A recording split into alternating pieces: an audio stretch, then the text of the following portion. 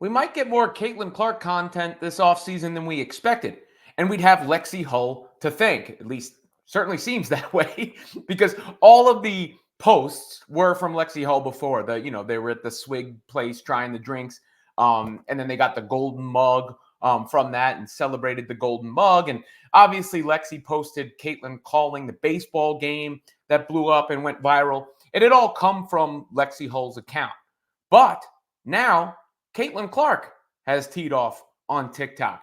I have not seen this yet, so we will watch it together. We will share in this moment together because I know I have a duty at this point to provide this sort of thing to you. Amy and a lot of twos there posted this rip of the Caitlin Clark TikTok, which is from her TikTok, and they are on a golf course, so teeing off on TikTok. Let me just put this in the hole. I don't know.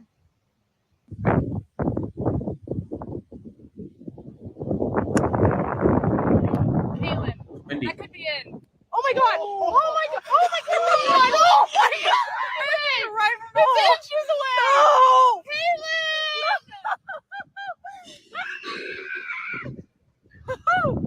Wow! I have to go after that. Are we being serious? Wow!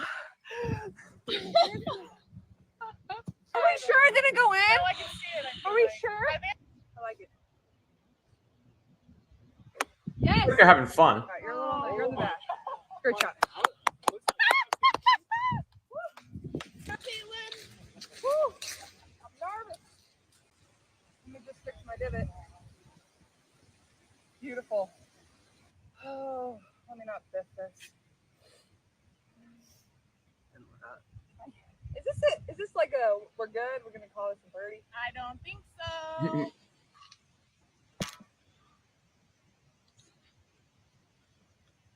No. Yes. That's huge. Great birdie. Woo! Now the pressure's on for you.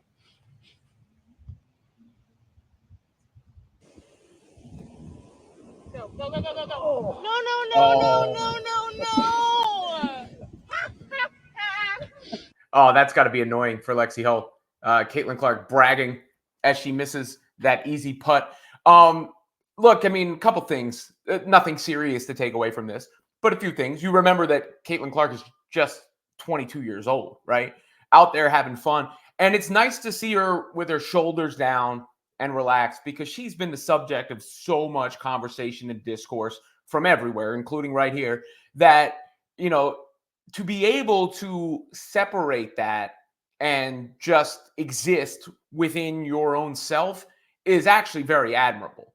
And, clearly her and Lexi are forming a real, genuine friendship that is beyond just being teammates and just being cordial. It seems like this is something that's going to be lasting, which is going to give Lexi Hull a lot of gravitas within the Fever organization and also a lot of earning power outside of playing basketball. I saw a post on X the other day where it said, Lexi could be using her degree to make all this money, $200,000. She's going to make a lot of money because the brand power that she now has from her TikTok and her association with Caitlin Clark and the Fever is going to be worth a lot of money. I'm not even sure that swig thing wasn't some sort of, advertising in a sense. But regardless, there's those things. And there's the golf part of it. Caitlin seems to be really good at golf. I'd like to see what it is about, Steph Curry's really good at golf too. And obviously Caitlin's been compared to Steph. The hand-eye coordination that goes into shooting, how that relates to the hand-eye coordination that goes into playing golf. Full disclosure, I'm not a golfer myself. I've actually never golfed on a golf course. I have been at a driving range and hit golf balls. I've been to putt and, putted. But I've never actually played golf. It's something I should get into. I should get into, especially now that I'm an older fella. It seems to be the natural progression. But it also just goes to show you the interest level that Caitlin Clark's exploits are going to have, regardless of, whether it's at the drive-through at Swig or on the golf course. And then she's got that golf event coming up with Annika Sorenstam, which I think there's a lot of interest for that. They got to figure out a way to stream that or televise that, and unless That's something Caitlin Clark doesn't want because she wants to keep it sort of private. Either way, you're going to get the footage. You're going to get the cell phone footage. You're going to get, the onlookers, all that stuff. It will wind up spread to the point where it's going to provide a lot of content for folks who are starved for it. Because you have to remember with Caitlin Clark, people aren't used to her not being in their purview because she's been in it so long. It's very rare we've seen that where an athlete doesn't have a break, but she really didn't from the start of the last Iowa season to the end of the Indiana Fever season, where she came off of the national championship loss, and there's a lot of hype for her to go back to Iowa. She goes back to Iowa. She tears it up. She breaks the records.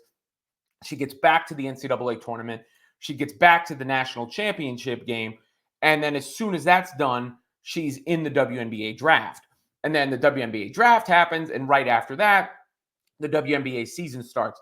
And there's all the talk about Clark on the court with the Fever. They had that tough schedule. There was the flagrant foul from Kennedy Carter.